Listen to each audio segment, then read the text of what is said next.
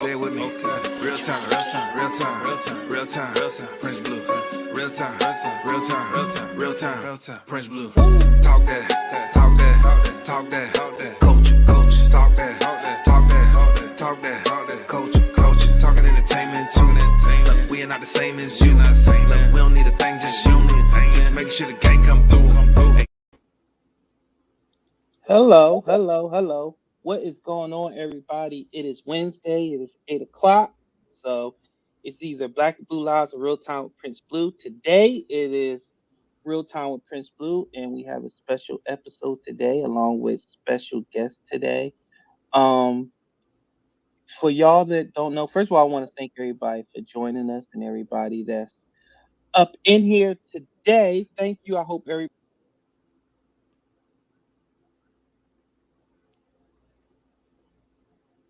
Oh, yeah, there you go. Today is the. Can you hear me? Mm-hmm. Yes. Okay.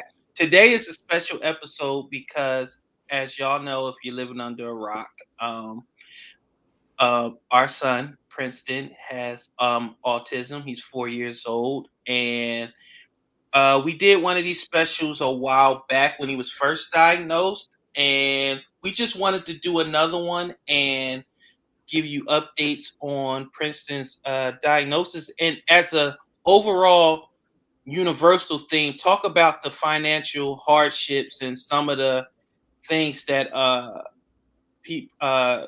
parents with children with autism and special needs have to go through, and the hoops and the hurdles that they have to go through to make sure their children get the best available care. And to do that, I have two very special guests here on my panel. Um, but first, I want to introduce, of course, if you see at the bottom right, that is my wife, Taika Blue. That is my rock, uh, my best friend, my cohort, my workmate, my helpmate, my therapist, everything that you want to call her, she is. And at the upper right, we have my sister, my light skinned sister, Shantae Douglas, who is one of the biggest advocates for children with autism. Why? Because she has a beautiful son named Levi who has autism, and she's also an author, a fashion designer, she does like voodoo or something. I don't know. She does a lot of things, but I want to thank each and one of you for being here. Hello, ladies. How are you? Hey, Prince. Hi there.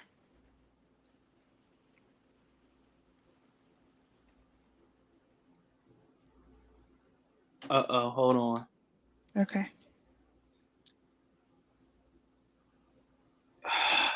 Can y'all hear me? Mhm. Yeah. Okay, so y'all can hear me. Yeah. Mm-hmm. Okay, good. I don't know what's going on, but the stuff was off. But how are you, ladies? Let's try to. Oh, can't hear you now. Oh, you cutting out now. You can't hear me? I can Now I hear can you hear you. now. Yeah. Mhm. Oh, okay. All right. So All right. let's try this again. How are you, ladies? I'm doing good. How are you? I'm good. Like you answered it like we don't live together. I was really talking to Shantae. Like we Uh, live together. Well, I I didn't want know to how be you're rude. doing. I wanted the queen to go first. Yeah, I'm good. Okay. Yeah, I'm good. All right. Well, let's just get straight into it. Me and Taika, we Princeton just recently, I think around 2 weeks ago, he had an appointment with his specialist, and everything was good. She talked to us, and one of the questions that she asked us that you know we were blessed to be able to answer it, and we were okay. But she was like, "How are you guys doing financially? Are you okay?" And we was like, yeah, we're good. We're paying. We doing what we got to do. But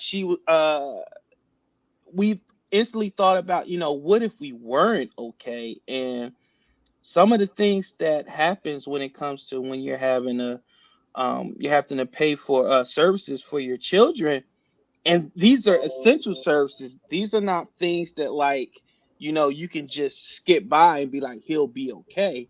Mm-hmm. And um I want to ask you, honey, when she asked us that, what was your first What was your first response when she asked you, were we doing okay financially? Um, just 1 second. I was told that the post did not share on Facebook, so I want to make sure that I do that really quickly. I thought I did. Okay, Okay, well go I ahead. did. We'll start with Okay, Shantae while you do that. Go okay. ahead, honey. So Shantae, you're a single mother. You're doing it big with Levi, and you've been at this longer than me and my wife have, and it's two of us. Can you talk about the some of the financial strains that some people may not understand what comes, especially because people automatically assume you're getting like Medicaid or you're getting this super public assistance or something that's going on. Can you talk about some of the resources and the Yeah. financial strain that goes with that? Yeah, you know what the crazy thing is? Services state to state is not created equal. So if you live in Pennsylvania, which if you are, really be thankful, because a lot of the services, once your kid is diagnosed, is automatically paid for by the state. Once your kid is in the system and gets that diagnosis and qualifies for Medicaid, a lot of those services are covered. But if you cross the bridge and go into Jersey, that comes out your pocket, or they check your insurance to see what covers and what doesn't, and if it doesn't cover something, you got to come out your pockets to pay stuff, that's needed for your child. And what I've learned from parents that do live in Jersey, there's like a pay scale. So say like you're making an X amount of money, based on that, that's when they're going to charge you for services. So I've had parents tell me they've quit their jobs so that the pay scale can be lower, so they can afford to pay, Wow. for certain services. So it's really crazy out here. But me as a single parent, and I'm very transparent every time you ask me stuff, Prince, but it hasn't been easy. And people will tell me like, you make it look so easy. That's because I don't post everything on social media. I'm not going to Right. tell y'all when I'm crying and I'm stressed out and my son's having a meltdown, and at times I almost got fired from my job because I've exhausted all my PTO, my FMLA, all of that, because I needed to make an appointment for him, or I was waiting 6 months for a certain evaluation appointment, and something opened up, and I'm like, listen, I'm going to call out from work because we need this. We need this so that we can move forward to help him. So a lot of neurotypical parents don't understand it, because all you got to worry about is taking your kid to get their annual checkups, take them to the dentist, and that's it. You don't got to worry about speech, OT, physical therapy, wraparound services, ABA support, all these. And then, with my son, he has additional therapy. So that's another layer of things that he needs support for. I'm just extremely grateful that the section of the city that I live in, all of his services are from one particular agency. And they have been extremely great with us over the last 5 years, almost 6 years now. Yeah, no, 6 years. It's been 6 years now. So, if I could tell parents that's in a 2-parent household and they're financially stable, that's a blessing, because that with our kids, they need that extra support. They need things that that's going to help them thrive, that's going to help them get through their day-to-day you know life skills, you know what I'm saying? So yeah, it's a struggle out here. I'm not even going to sugarcoat it. And I, that's the one of the things that I do admire about you is you're pretty transparent about the struggles. Everything is not rainbows and unicorns. And I would ask my wife, um, like like we live in like Amazon Central. Like I make no bones about it, and I don't feel bad that me and my wife are blessed and we're able to do a lot for our children, especially Princeton. Honey, can you talk about some of the things that people may not see, like besides the services and things like that, some of the things that you have personally had to buy from Amazon, from other places to help with Princeton's autism therapy? Okay. Yeah. So typical, like, of course, like in our home, right? Our home is it's like Fort Knox. It's very, very, very locked down because of Princeton, right? Because we have to have a chime for every single door entrance, every single window entrance, because he will try to escape. So that's one huge expense for our security system. Our security system, if you open a door, it verbally says front door open. And he had recently started going to my office window, which is on the first floor. And he learned how to open that. And thankfully, we get alerts on our phone, and it also says, window open. So we knew to run to the window where he was trying to elope out of. That's one thing. I mean, we have, of course, the little childproof locks on the knobs all over the house as well. Like toys, we're constantly always buying whatever he's changing from 1 second to the next. We have to have weighted blankets. Like I can't even begin to think of all the things that we have for him. And it may not work. Like we may think something is a really good idea, and then it overstimulates him and he absolutely hates it. And it's like, okay, what's the point? Like for his birthday, we thought that he really wanted this kind of like car thing that kind of spin around. And I think it was like $250 or something like that. He got in at one good time and hasn't had any interest in it ever since. So yeah, I mean, that's just some other stuff that we buy. But yeah, I'm constantly on Amazon trying to find things to constantly stimulate his mind and also to keep him safe. And I have seen, like, of course I see some of the toys and stuff like that come through for him. So Shantae, let me ask you this: when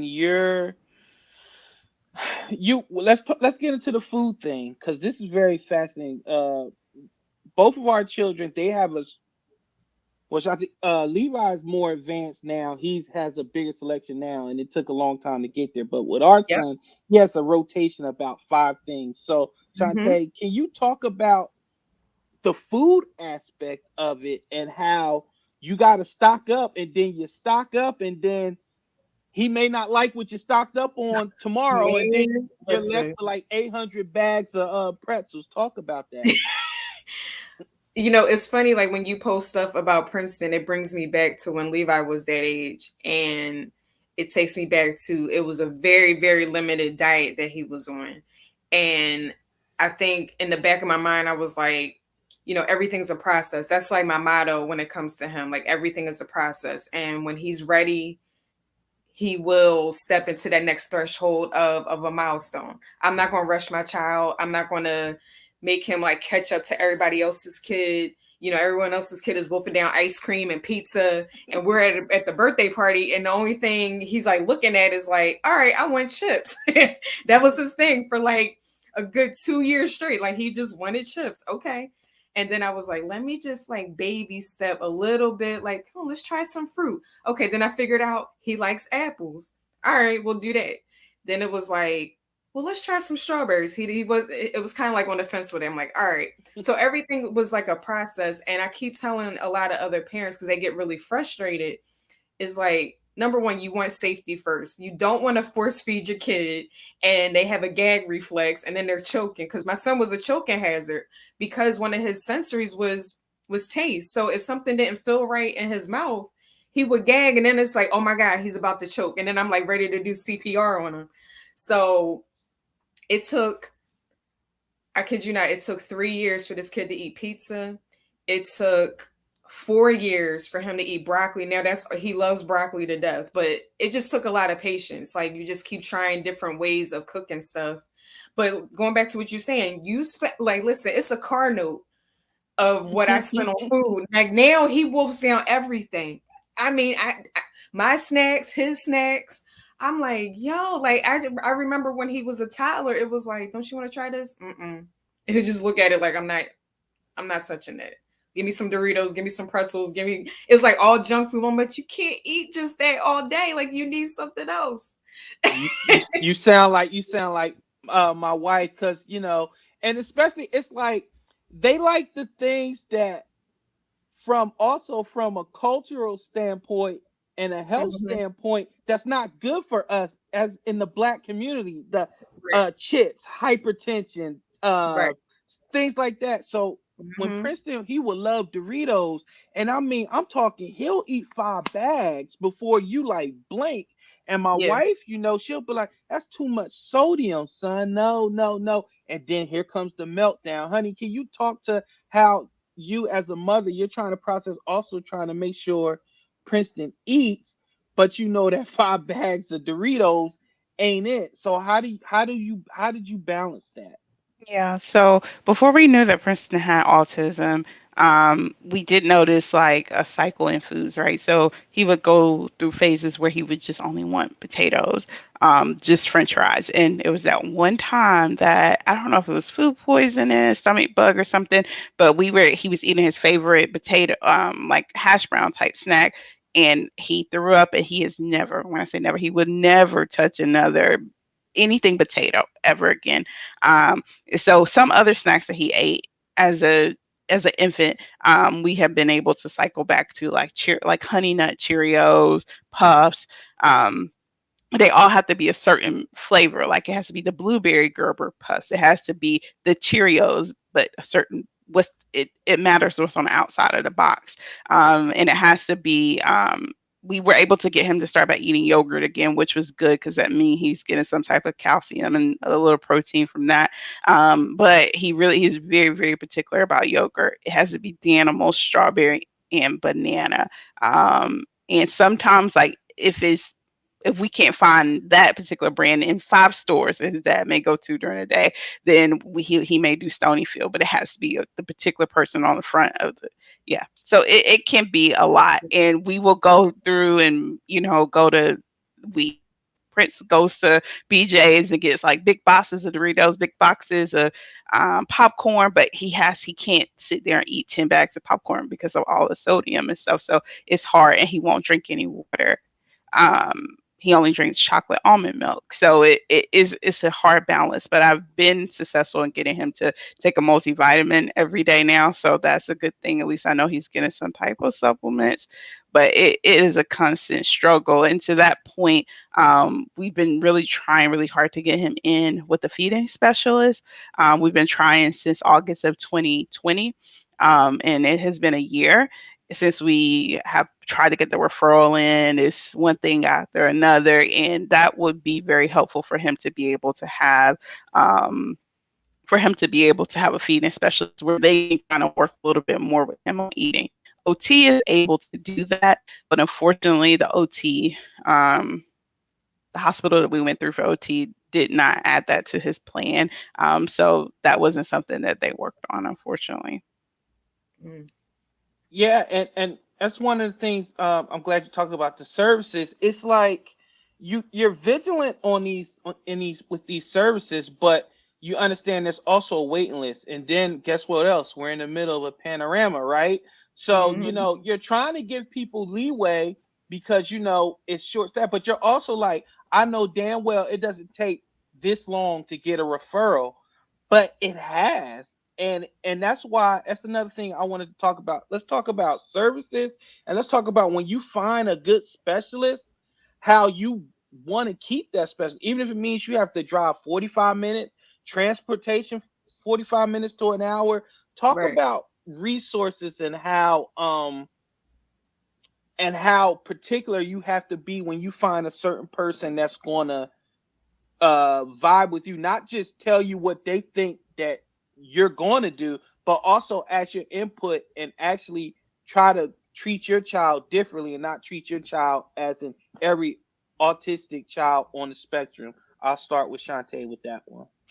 Yeah, it's very, very important that, you know, I go above and beyond. Once I click with a specialist and I know that there's good intentions with it, because let's just be real, like everyone that's in this particular field, everyone's not created equal. And we know that. Some people just they have good intentions when they go and get their degrees in this field, but my thing is like their bedside manner sucks. It's like you still got to be personable with the family. You know, like my kid is not just a case number that you got to complete in 8 hours and then move on to the next one. He's still a human being. He still needs, you know, what he needs to thrive. And I'm always that parent, like, listen, you're not going to give me what I need. I'm going to get it from y'all regardless. If I got to rob Peter to pay Paul, I'm gonna do it you know, he's gonna get what he's entitled to. So once you find like people that are supporting your child and providing services, but you get that vibe and you get that sense of family. Because I mean, and I know both of you have kind of learned along the way that, you know, you start inviting people into your life that they start becoming family. You know what I'm saying? Because they're starting to know your kid every single day. They're starting to know you. You know, half of Levi's team, they ended up being like a therapy session for me. So they heard everything from everything that I've ever talked about. They've heard it all, you know. So it's like, you know, those people come in your life and you need to build a really good rapport with people because this is your child. You got to create a healthy environment because it's all for the betterment of our kids. You know what I'm saying? So yeah, it's really important to, you know, like you said, I'll drive no matter where I gotta drive to. If it's for that particular person that's going to be providing the quality care, absolutely, without hesitation. I know.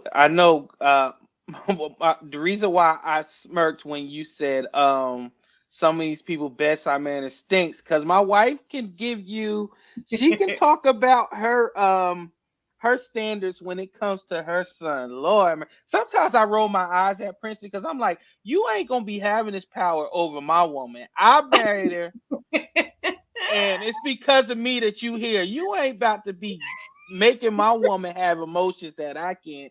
But honey, speak to about, because just recently, before I let my wife talk, she especially she been looking. You know now, if they can't get you in tomorrow, you'll be like, "What you got next?" They'll be like March of 2023, and it Yes. just so happened my wife was like, "Hey, he got an appointment. Like they say, you can come now. You can take him." I had to just, I had to stop what I was doing and just go ahead and take him. Mhm. So, honey, speak to the bedside manner of some of these services and how, like Shantae said, you do become a family with these therapists, especially our ABA therapists. Yeah, absolutely. So I'll go back a little bit with the first question that you asked, and I wasn't prepared for. Um, when we went to take Princeton to this particular specialist, the specialist, she's developmental peds. She's the one that diagnosed Princeton back in October of 2020. And when she asked us, "Are we financially okay?" Because once we got the diagnosis, we just hit the ground running. He was already in OT. He was already in speech, but we knew we needed to get him into ABA quickly. And with most places in our area, ABA wait list can be a year minimum. So basically, and I hate to say this out loud, but it's true. I work in the insurance field. I've worked for Medicaid, so I've seen this happen multiple times. Providers have a preference for whoever pays the most, right? So they'll put people on Medicaid on a long wait list, and people who have commercial insurance that they know may pay faster, may pay a higher rate, they won't give them a wait list. So when we found our provider, there was no wait list because we have commercial insurance. We don't have Medicaid. So he was able to get in very, very quickly. And that's sad. It shouldn't be that way. It shouldn't be based upon which insurance you have, for providers to service your child. But when she asked us, "Are we financially okay?" We're like, I mean, we're gonna have to be. We're gonna have to do whatever it takes to make sure Princeton has what he needs. And so I just, like, really quickly before the show, I just started looking at some of the bills that we get for Princeton. Um, and it's a lot. It can very well be a lot, and it can cause a lot of financial stress in relationships and marriages and all those types of things. But Princeton speech and OT alone per day, um, is $1,461.30. Right? Of course, we're not paying that out of pocket because of insurance, but that's just how much it is, Mhm. per day. his ABA therapy is $300 a day, and he gets ABA 5 days a week. And there's additional packages that's added onto that, like if they family meetings and such. He had to have a hearing test. I looked at that bill; that was about $300 just for that. Um, and the list just goes on and on, right? And so now we're at the point where he started OT in speech at this particular hospital system. Um, and I think I may have voiced, I don't remember if we talked about this online or not, but I was not happy with how things were going there. So I requested to have a family meeting, and they basically said that when dad takes him to the OT and speech appointments, that he doesn't do well, and he's always ready to go. He's always trying to get out the door. Like they just, like basically in so many words, like he can't come back because we're not seeing any progress. So I said, okay, no problem. I'll bring him since his dad is a problem. I guess that's what they were trying to say. Um, Why am I the uh, problem? Yeah. I'm not sure, but that's what they said. So I said I would take him. And I observed them a couple times, and I made the decision that this isn't going to work. It wasn't the fact that they were inconveniencing us by, having me come there during, 8 o'clock in the morning or whatever. But it was, he wasn't really doing, he wasn't really connecting well with them. They wasn't, I mean, they were doing the most basic stuff. Like seriously, every single toy or thing that they had there, we had purchased it at home, and he was doing it in ABA. So when we talked with his behavioral pediatric doctor, she was like, if he's doing well at ABA, how about you all decide to increase his hours in ABA instead of kind of forcing him to go to that hospital system and get OT and speech there for $1,400. Right. Just do what works. Right. So we were like, okay, but we definitely wanted to keep him in speech. Because we know that speech works if we have a good therapist. So we are now paying out of pocket for in-home speech therapists. And that's okay because we want someone that Princeton can connect well with. And sometimes, unfortunately, that's what if you can. I mean, that's what you have to do in order to make it work. Because she basically told us in so many words, like there's not a timeline on when he has to talk by, but I believe she said if he's not talking by age 8, I believe that was the age she told me, then it very well may not happen. So we really have to get him 30 hours of ABA a week, plus in-home speech therapist, plus doing the feed-in therapy as well. So it can be very, very costly. Right. Yeah, and I think Shantae, you saw the post when I post. Like that's, I'm not gonna lie, as the autism dad, that bothers me that it's a possibility that my son won't be able to speak. And Yeah. you're one of the ones that always telling me like, Blue, like, just, hey bro, it's gonna happen. Just, take your time. He's only 4. It's early. Like you Right. caught it. Like you're doing everything. But that will really like that would, I'm not gonna lie to you, I can never, like that will really like devastate me if my son can't speak. Because then if he can't speak, then other things come to that. Like then he can't communicate to others. And you know what else we got going on now. So if my son has a meltdown and he encounters security, police, blah blah blah, he can't, Yeah. like, they're like, hey, this guy's a little off. He's just doing whatever. Let's tase him. Let's do this. And Right. that's my, me, I always go to the worst case scenario because I've Right. seen it, and that's what Right. I don't want. And like my wife said, that's one of the things that we paying in home, we paying out of pocket. But I'm willing to do that because my fear is that he won't be able to talk. So I'm like, if I have to go back to work or whatever, I don't have to, thank God. But I'll do whatever it takes because I just want him to have the best chance to succeed. And Mm-hmm. that's just one of my fears. And that's another thing I wanted to talk about. It goes along the financial route is you already going to do 99% of parents are already going to do whatever it takes to make sure their children have the best life. But Right. when you have a child with special needs, I Mm-hmm. don't care who you are, you're always trying to make sure you're kid is quote unquote as normal as possible, because kids with special needs, anybody with special needs, are already at a disadvantage from themselves or the way people view them and Right. treat them. Right. So financially, you're going to do what it takes to make sure that that doesn't happen. And sometimes, you're going to have to make certain sacrifices. I think you talk about some of the sacrifices that you want to share, that you've had to make sure that Levi gets the best care that he can. Man, where do I even start? I mean, I think the biggest thing was putting self-care, everything that to take care of me, I put that to the side, and it was all about Levi. Like, I seen friends, going on vacation and going to parties and doing adult things, and part of me, it hurt because it was you become isolated as a special needs parent, because people don't know how to move around you now. Like, like, I don't want to say the wrong thing and be offensive.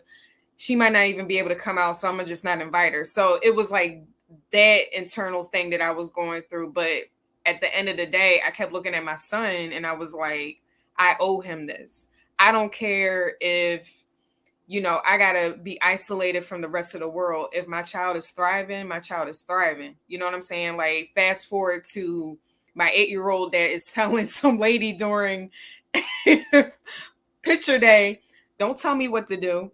Like, the fact that we got to this point that he can, express himself. And I was where y'all was at. Trust me when I tell you, like, when I tell Prince, and I went through the same range of emotions. I'm telling you, like, it would piss me off to be around parents with quote unquote normal kids. And I hate that terminology, normal, because these little raggedy ass neurotypical kids get on my nerves. But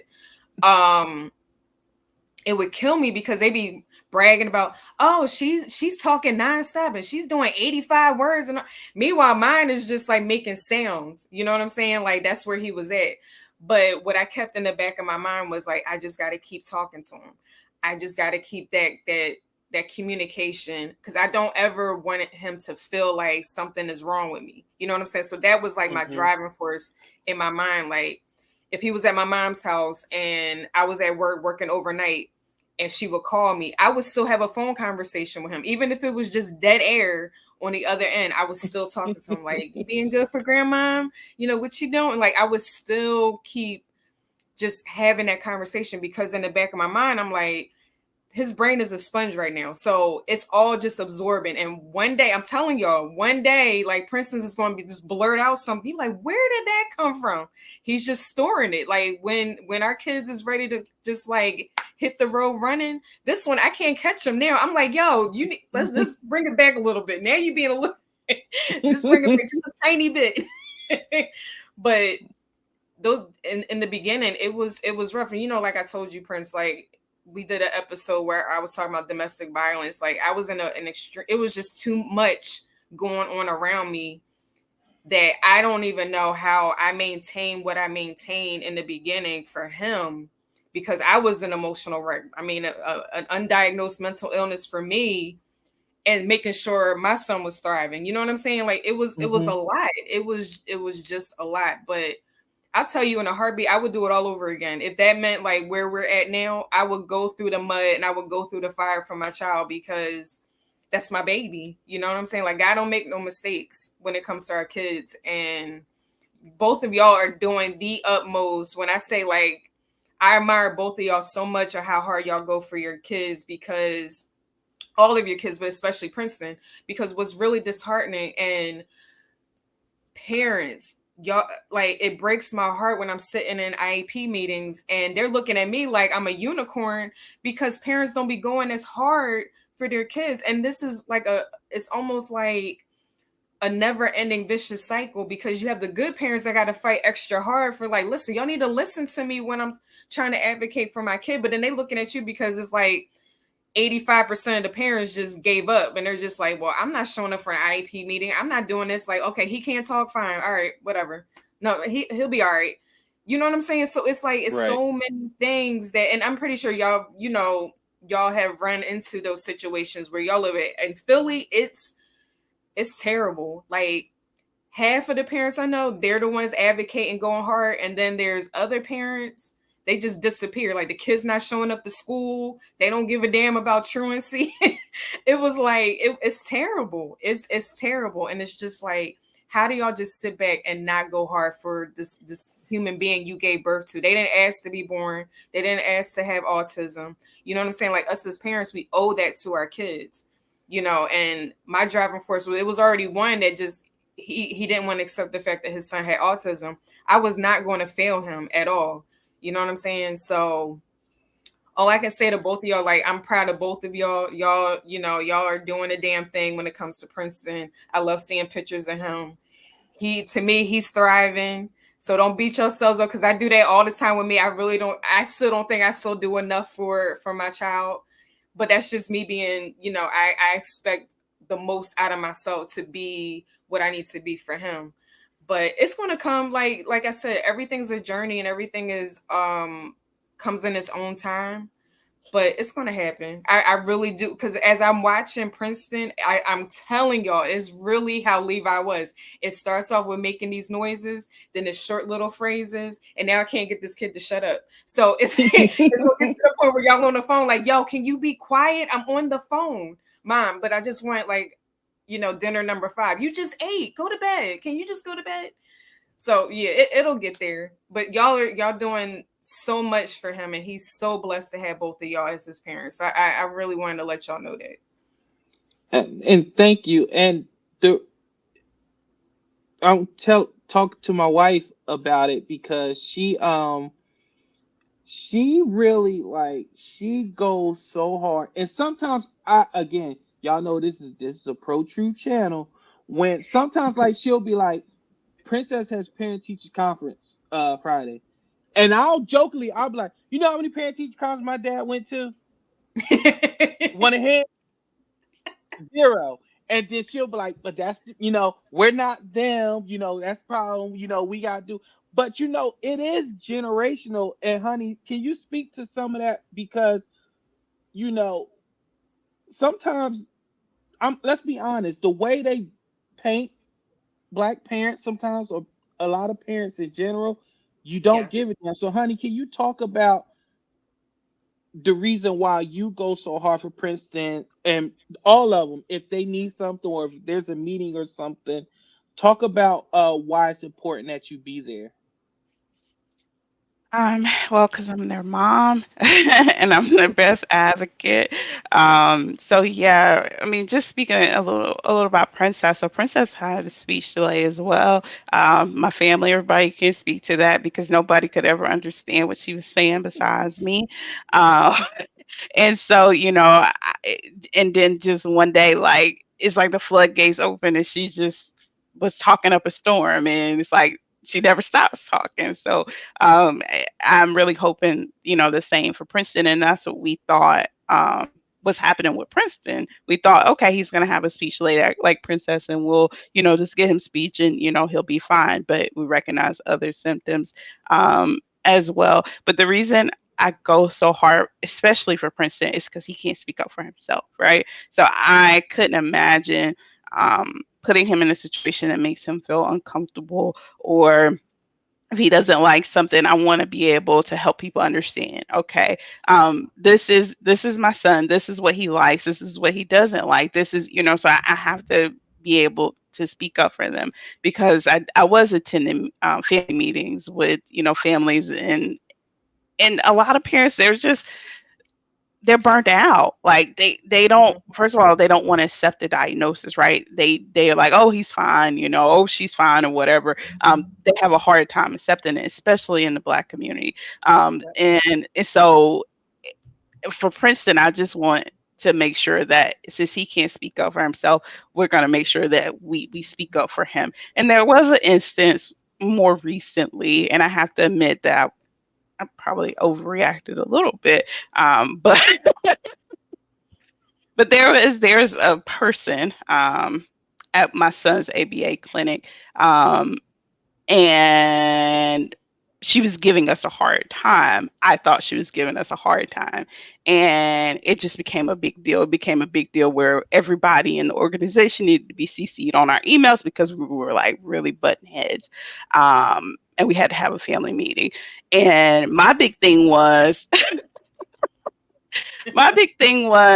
I'm not about to let my son come to your clinic if me and you are having a hard time, because I don't know if you're going to say or do something to my son or whatever. So, and I know that's a little dramatic, but that's how me as a mama bear, that's how I think. But I had to take a step back to realize that her goal was to make sure that his therapy stayed consistent, right? So he's supposed to get 25 hours a week. And, during the summers, we would go on vacations and stuff. So that was her giving me a hard time. Like, hey, we have to make sure it stays consistent or insurance could give us a hard time. And we can't get his hours approved for the next 6 months. And so I'm like, okay, you're right. I don't like your tone. I don't like your delivery, but you're right. So now Princeton is back in the clinic 3 days a week. And he's getting 30 hours a week. But yeah, I kind of maybe overdid it. Yeah, maybe just a little bit. And I'm always in the background. Cause me, I'm like, why am I here? Like, what is it? Oh, my wife's mad, so I gotta get mad. Like, and I can get mad because my wife mad. It's so funny. Like, I can really just get mad. And I don't even know why I'm mad. I'm just cussing at somebody. I'm like, why are you cussing at me? Because my wife is mad. So, but and that's one of the things about another thing that people don't understand when it comes to financially and when you got a kid, okay, because Princeton, she gets really bad anxiety about Princeton, and it comes to the point to where if we want to go on vacation, either I take him, which means we got to take everybody else, or we go by ourselves, and she's worried the whole time about him. So that's where the financially it becomes expensive, because if we take Princeton, we got to take everybody else, and then you're paying for that plane ticket, extra rooms for hotel, blah blah blah. When we just want to get away for a simple 24 hours, but she's constantly worried. She's checking CPI. She's getting alerts. I'm like, honey, he's fine. She's FaceTiming him. It's crazy, and people don't understand that. Like you were saying something, some people don't know how to move around you, and they won't invite you, because I'm gonna be honest. Sometimes Princeton, it may be that day where he's like, you know what? I'm about to just scream because something's bothering me, some noise or some music is bothering me. And sometimes some people, they don't know how to interact with that. And the last thing we want is anybody looking at our child wrong, and then we're giving them the what you call it, the rested bitch face, because we don't play when it comes to our kids. But I think we got a good question here somewhere. Let me see. I think it was from Fogey. Zen Fogey asked. She said, do you guys, oh, this is a good one. Do you guys seek any therapy for yourselves being the parents of children with autism? I'll start with you, Shantae. Do you seek any therapy? Absolutely. And I'll touch on other services that Levi's involved with that's outside of autism. He's also diagnosed with an adjustment disorder due to trauma. And I was officially diagnosed with PTSD. We were both diagnosed in 2019. And he sees a therapist every other week. I've kind of fallen off a little bit with therapy, but I was going at least twice a month for just a mental health check-in. It's really important to take care of your mental. I'm about to sound like what's his name from the Seahawks. You got to take care of your mentals, but it's really important because the responsibility we have as autism parents who have kids that are neurotypical, they don't got to worry about the things we worry about. You know what I'm saying? Like, and I totally agree with Taika about, when I went on and I can so relate, because Taika, I went on vacation in July. This was the first vacation I took in 6 years. I'm talking about getting on a plane and leaving Pennsylvania. 6 years. Okay. So, my anxiety was already leaving the state. And I'm in Florida and I'm supposed to be on the beach having fun. And I'm like checking in, like Is Levi good? Everything's, it was like that separation anxiety type of thing. But yeah, it's really important to take care of your mental health, because it's only going to make you a better parent for your kid, and especially with autistic kids, they can feel those vibes. They can, like, my son's real good about reading my face, like, Mom, why are you upset? And I'm like, what are you talking about? Like, and I wouldn't even realize. He's like, why are you sad? What's wrong? So he's really connected to me emotionally. So I really have to check how my emotional state is around him, because I don't want him absorbing that and then taking on something that's not for him to take on. So yeah, it's really important. And real quick before my wife gets to it, I'm glad you said that, because one of the things, one of the quote unquote symptoms or behavioral issues is social awkwardness. But you just said it yourself. Levi reads the room better than anybody. Well, at least he reads his mom, and he knows when it's something wrong with his mom. So that's another thing where, I look at Princeton sometimes and he just knows. And real quick, like one time, like I bust my ass falling down the steps. I mean, I missed the step, slid down the whole steps, and it was so Okay, bad. why did you fall down the steps? Let's don't leave the part out. Okay. Okay, everybody knows I'm diagnosed with bipolar and all that. But one of the things is, if I really like something, like I'll keep playing it over and over and over and over. So it was just when Stephen A. Smith did that clip where he was talking about Lamar Odom, and he's talking about the Knicks, when he said the New York Knicks first uh order of business was to sign Lamar Odom, who was on crack, and it just made me laugh. And I played it like multiple times, and I kept saying it. And I went down the steps, and I forgot a step. I bust my ass. I went way down to the bottom to the door, and Princeton dropped what he was doing, and he was leaning over me like Simba when Mufasa fell off the cliff. He was he's like, Papa. I He was actually hurt. said dad. He hasn't said dad in a long He time. hasn't He said did. dad in a long time, and he was like, Dad, because he knew. He's like, yo, Dad took an L. He busted his ass down the steps. Like, I know if he get hurt, Lord, who gonna be taking me? Who gonna pick me up? But he definitely said something. But honey, so talk about the anxiety and you and I, it's no secret. Sometimes we get into it about Princeton because you'll think I'm too harsh on him, and I'll think you're too soft on him. And sometimes we butt heads and we get upset with each other because of trying to make decisions for Princeton, and that all boils into the mental health and getting upset. So talk about that from your side, honey. So do I seek therapy for being a parent of a child with special needs? No, that's not a good thing. I'm not saying that's a good thing. I will just say that, um, and I may be speaking for a lot of therapists, but it's really hard for therapists to seek therapy. It shouldn't be that way, but I'm it jacked can up. be. It really can be. I have in the past, before I had Princess. Um, Due to a very stressful, very, very, very stressful job. And that was, that was before Princeton was diagnosed. But since he's been diagnosed, no, I have not sought therapy. I don't think it's gotten to that point yet, because I think we have a pretty good system. But it doesn't mean that we don't need to do it, because it can be a lot. Princeton doesn't sleep very well. So it's hard for us to sleep if he doesn't take melatonin. At a certain time every night. He'll be up at like 5 o'clock in the morning and turning on the lights. He has a potty in our room now, so when he has to get up and go to the bathroom, he flips he flips on the lights. He's like using the bathroom inside of our You haven't bedroom. learned till you hear like somebody's pouring water at 4:30 in the morning, or somebody's grunting at 5 in the morning like they got a job. I'm like, yo, I know you ain't dropping no log, son. I'm up. It's 5 in the morning. But that's Yeah. him.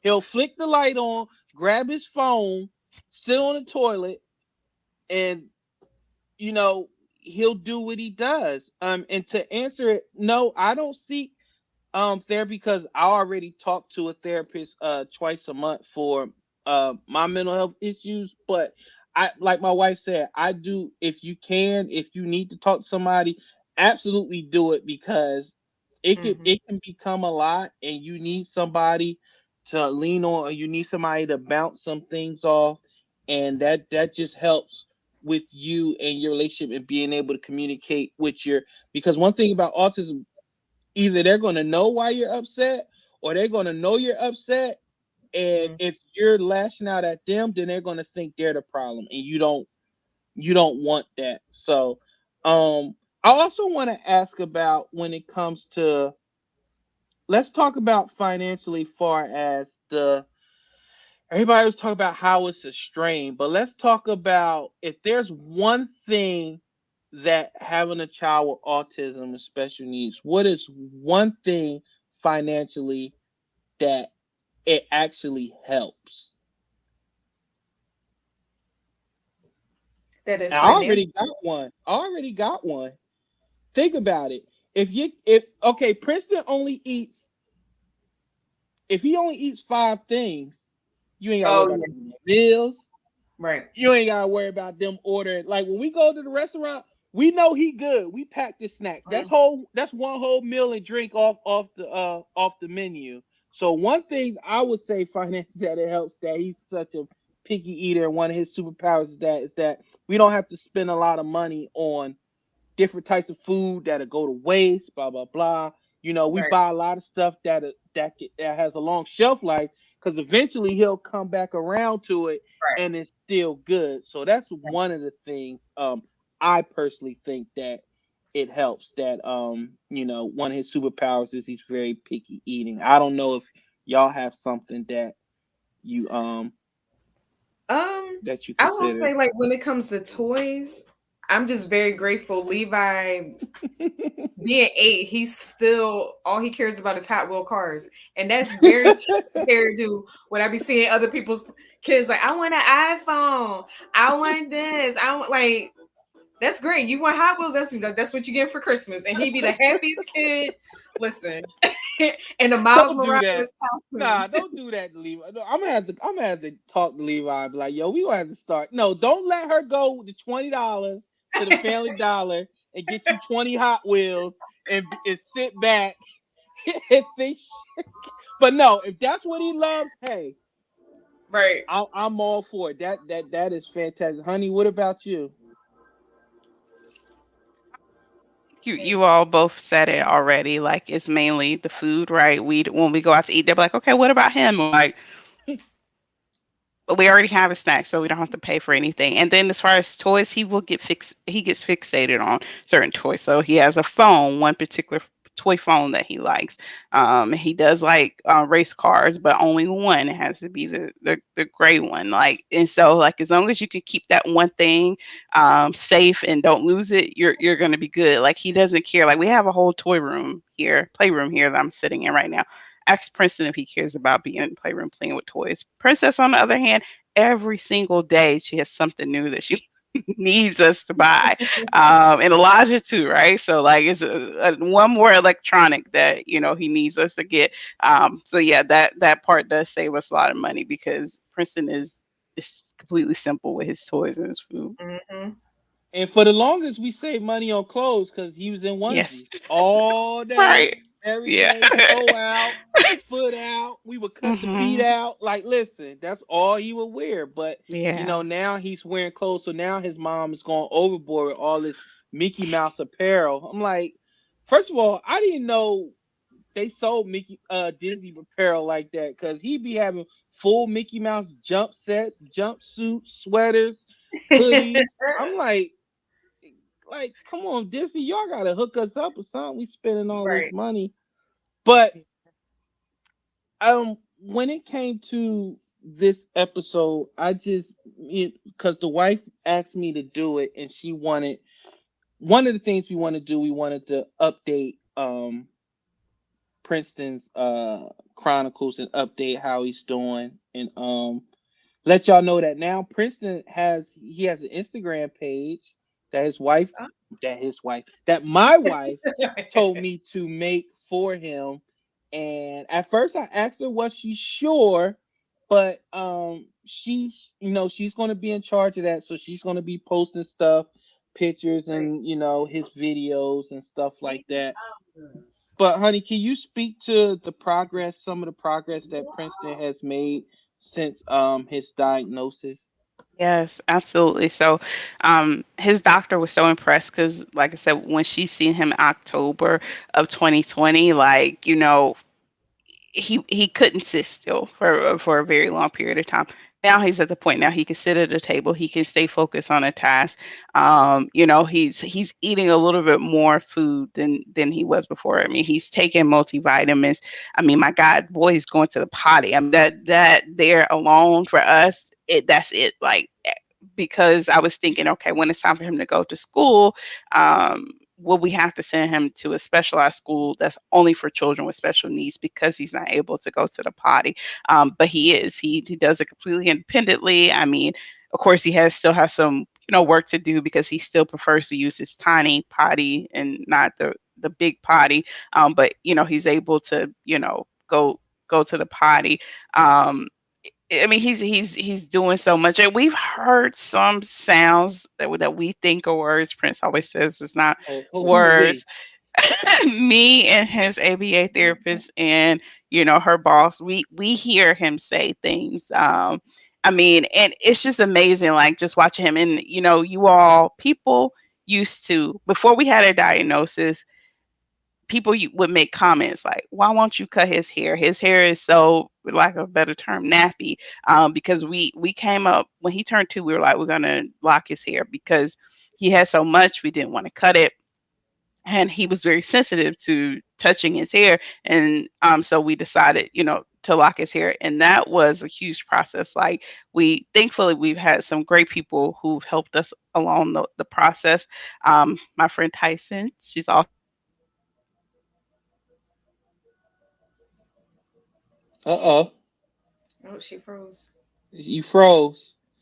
Her friend Tyson, who started the process, and my wife will come in, but her friend Tyson started the process and helped us out.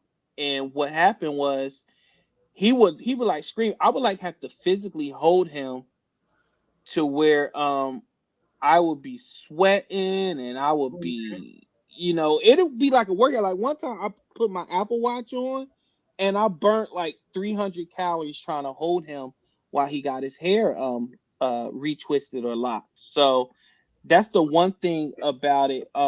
Like it used to bother me that I think we got it back. oh, so I was There still you on go, honey. the way. Yeah, you froze. Oh, sorry. I'm gonna use that picture too. I'm still Go talking. ahead. I didn't know, but okay. I was just talking about his hair. Like, his hair. That's a big deal. And his I may mix up the terms, but his dreads look really, Locks, really just the locks. locks. That's what I was trying to say. They look really good, and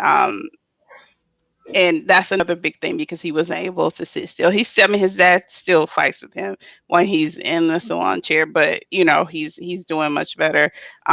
With that, I mean, like it just amazes me every day when I see how I mean, think about sitting and doing some type of intervention for 5 hours. I mean, he sits through that all day long, task upon task upon task, that he's able to do. And he wears clothes now because we before you all knew, like, he really, we couldn't keep him in clothes because he kept taking his clothes off. I mean, he still does that sometimes, but it's not as bad as it was before. And we go on walks every day. The big thing with Princeton is elopement. He's able to go on a walk with me and his ABA therapist, and he's able to hold her hand without trying to escape. It's just, I mean, he's making so much progress, and I can't wait to see how much more progress he makes. That's I, awesome.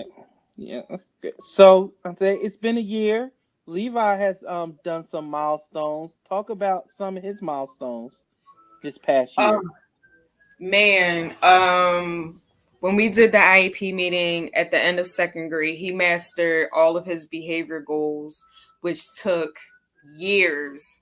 I mean, at one point, my son was flipping tables, throwing stuff at classmates, hitting staff. It was pretty bad. But I never blamed him for those behaviors because they were typical behaviors in response to being an autistic child. And that's what I kept. It got exhausting. I'm not even gonna hold y'all. Like, it got to the point where I almost tapped out because I was like, I'm doing everything possible to help my child. And I feel like I kept hitting a brick wall when it came time for school.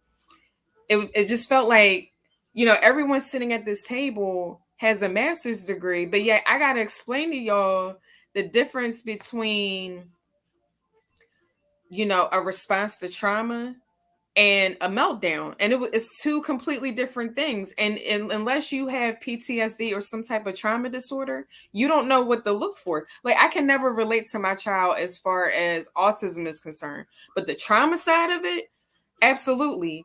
And I try, and it took a lot of me just, sitting down with his entire team and being like, it does nobody, especially my child, any justice if we keep amending this IEP. But the teacher, and she was on the call, because I don't bite my tongue for nobody. I said, she does not care about my child. I don't care how many goals we update, how many accommodations we make. If she's not following through with it, it's pointless. I can't be everywhere all the time. Like, if I could duplicate myself, I would. You know what I'm saying? But I can't. Please don't. Please don't. Please don't. You know what I'm saying? Like, it's like, what does she go to school for? Like her whole personality was trash as far as, how are you a special education teacher and you're denying my child? This is what I was later on finding out. This is why she kept getting hit by Levi. He was, and the fact that it took a lot of effort for him to tell her, I need a break, and she wasn't giving him a break. So then I told her right to her face, then you need to get hit upside your head. If my son already has a communication barrier and we're constantly working on his speech, for him to even acknowledge the fact that he needs a break and knows now he can communicate that to you, that was a milestone that needed to be celebrated. But instead of celebrating it, you denied him access to something he was requesting. So you got hit. What else did you think was going to happen? So they removed her out of that classroom because they got sick of me. So second grade, we got a brand new teacher. And when I tell y'all, it was like a 360. Mind you, this is going, still in the pandemic and then transitioning from virtual back to the classroom.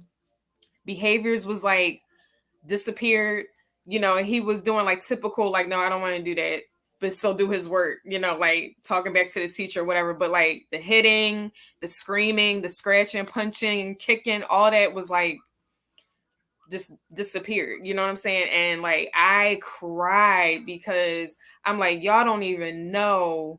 Well, y'all know, taking him to the doctor's office, taking him to the dentist, taking him to the barbershop. I mean, I've been kicked, punched, bit, screaming in my ear as I got him in a headlock so that he can get his hair cut. You know what I'm saying? Like, a lot of parents don't understand what we go through, and it's heartbreaking. You don't want to see your kid go through that, but it's like, I can't have my kid walking out the house looking raggedy either. Like, and I understand it. It's a sensory issue, but I was like, I just got to keep working at it. I mean, my parenting skills may not work for another parent because all of our kids are different, but he mastered.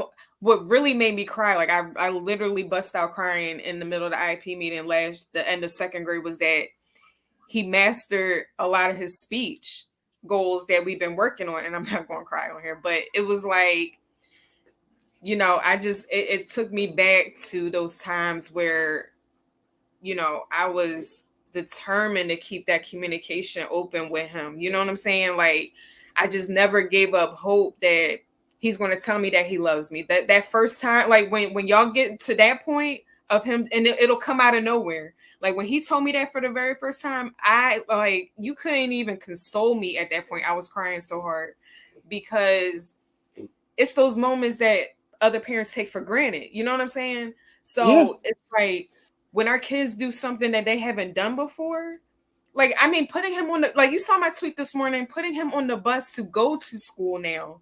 I cried. It's little things like, and he was hyped. He didn't even say bye, mom, nothing. I love you. He was just like, oh, the bus is here. It's like, it's time to F stuff up at school. Bye, mom.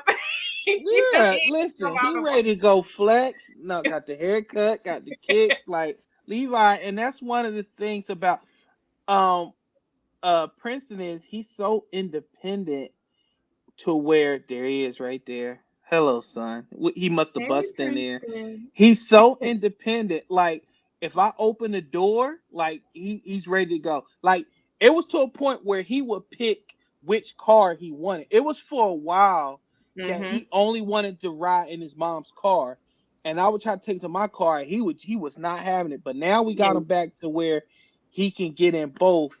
Um, Another thing that he does now that I love is that the potty training is huge. The next Mm-hmm. milestone is for him to be able to pull his pants back up when he's done. Because now it's like once the pants is down, now he think he can just run around and just be all over the place. But Right. it like all the things that he does and he continues to do, like I'm just amazed at it. The fact that he can communicate with us, with his little book where he picks up a picture of his Cheez-Its. That's what he wants. He wants the remote, or he wants to go outside, or he wants to jump on a trampoline. Certain things that he can do is so um it just amazed me. Now the one thing that he does that we're gonna have to work on is he's very sensitive when it comes to music. So if I'm in the car and a Yeah. song come on, like he's gonna probably be he's probably gonna be a music producer because instantly he'll do this. He's not That's trying to Levi. hear it. Yep. So we gonna send all your rappers, all your R&B artists to my son. They gonna be like, hey, we're gonna have to send you to Princeton. If he covers his ears, it's not a hit. Right. If he covers his ears, it's The not a no hit. goes to top. It's a no go. You can't release that. But Right. he's I'm so proud of him. I'm so proud of Levi. I'm so proud of everybody in our close autism community, all the ABA therapists, everybody that really gives a damn, because man, his ABA therapist, Miss Tiffany, and we got a surprise coming up possibly in the next 2 weeks. We're not going to spoil it. But we got a very good opportunity coming up. But man, Miss Tiffany, Mr. What's the Mr. tall Ben. guy's name? Mr. Ben. I just call him tall guy, tall white guy. Mr. Ben. He's Oh, they're Mr. so Knight. awesome, and I could attest to what you said. Son. When you find a teacher that really cares and makes a difference for your child, you want to hold on to them. And with that Right. said, honey, do you have anything that you want to add before we get out of here?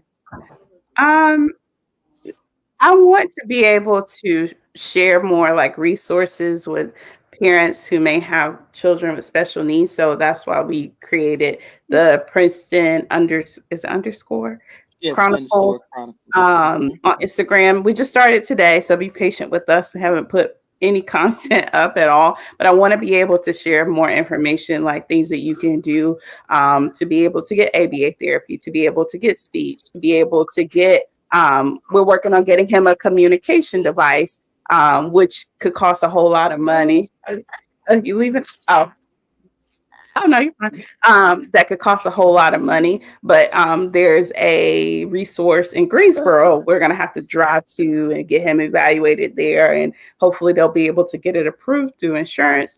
So stuff like that. I would like to share more. I know people have mixed reviews about the Autism Society, but sometimes they do have some good resources and things like that. So I just want to be able to help as many people as possible, to learn more about what signs to look for, who to go to, how to advocate for your child, because sometimes you can get lost. And thankfully, our doctor, I mean, she's amazing. She gave us like a long list of resources, even a grant to apply for Princeton to be able to get more things for him that we may need. So yeah, this is there's so many things out there, but sometimes you may feel lost. So I just want to be able to create that space so other people can, find those resources as well. That's great. Thank you. No problem. Shantae, tell everybody what you working on, girl. I know you got something brewing. What you got cooking? Yeah, I didn't expect October to be so busy, but if you're in the Philly area, Philly, Jersey, Delaware area, this weekend I got 2 events coming that's free to everyone that if you have a loved one with autism. Saturday, October 16th, I will be a vendor at my friend Thomasina's second annual Walk for Autism. Shout out to her. She has her own nonprofit organization for her son Tahir. It's called Tahir's Village. That's the name of the Instagram page. If you're interested in following her page, she's doing so many amazing things in the North Philly area of the city, which is in very dire need of support that kind of gets overlooked. And we could talk about that at another time about how different demographics kind of get forgotten when it comes to autism. And it kind of piggybacks on what Prince, what you were talking about financially, how some things are more available to people who can afford it and what's not available for people who can't afford things for their kids. But she's providing so many great things for kids. So all the proceeds from what I'm selling with the books on Saturday, 100% of the proceeds will be going to her nonprofit organization because I believe in her that much and I support her. I love her dearly. She has a heart of gold, and we just need to support our Black people within the autism community because it's already enough drama going on. We need to bring a sense of community back. So if you come out on Saturday, buy some books, they're all going to be discounted, but everything goes to Tahir's Village to help support our Black autistic kids. Sunday, I will be at an autism resource fair in Frankfurt. So if you're in the Northeast area of the city, I will be a vendor at that one. And this is any type of organization that's in Philly that supports autism families. Please come out. We already have 100 people registered for the event so far. So we're going to have sensory activities. I'm going to be selling my books, different organizations from speech, occupational therapy, other authors, a lot of autism activists, advocates. It's just going to be such a great time. And October 23rd, I'm also a board member for a nonprofit organization for anti-bullying. So we are doing a youth empowering youth fashion show. Proceeds from that will be helping to build our peer-to-peer program to help kids that are victims of bullying.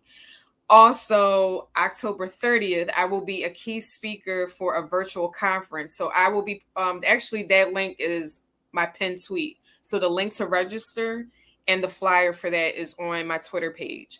So it's free to register. I'll be talking about advocacy and being a voice for your child. There'll be other panelists there talking about different topics. Very resourceful if you want to, register to log in and just feel like you're not alone in all this. That's the bottom line. Like, we need to bring a sense of community back. No matter if you live in South Carolina, Philly, the West Coast, Midwest, we're all connected in some way because all of us are going through the same struggles in some variation when it comes to our kids. So that's it for October, what I'm doing. I have another event coming in November, but I'll talk about that at another time.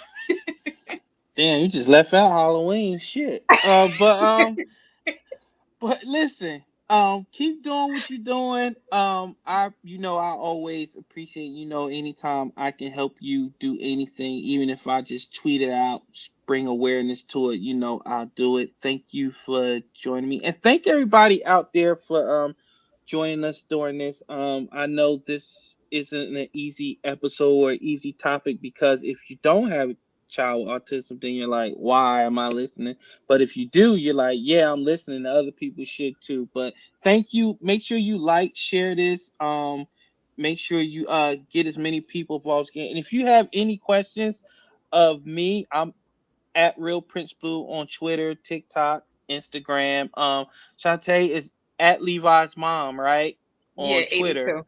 Yep. 82 on Twitter. And if you want to talk to my wife, don't. You talk to me first, and then I'll relay the message to my wife. If you would like to find me, you can find me at Taika, right? At on Find me Instagram. at thesehands.com. Talk to my wife. Don't be reaching out to my wife. All right, man. I love everybody. Thank So she you. has something to say. What is Yeah, it, Prince? please always tell your mother. Yeah, what? tell your mom, so your mom can send emails to the principal and the vice principal and everybody that will listen, because we need an investigation done. Sorry. Okay, yeah, whatever. Anyway, listen, everybody have fun. Everybody enjoy yourself. Please, everybody just be with your loved ones and make sure that everything is good and take care of each other. And we are out of here. Thank you for joining us. And y'all Everybody. about to listen to this trap music because this is John Blaze. Yeah.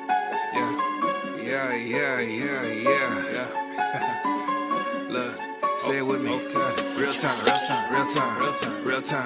Prince Blue. Real time. Prince Blue. Talk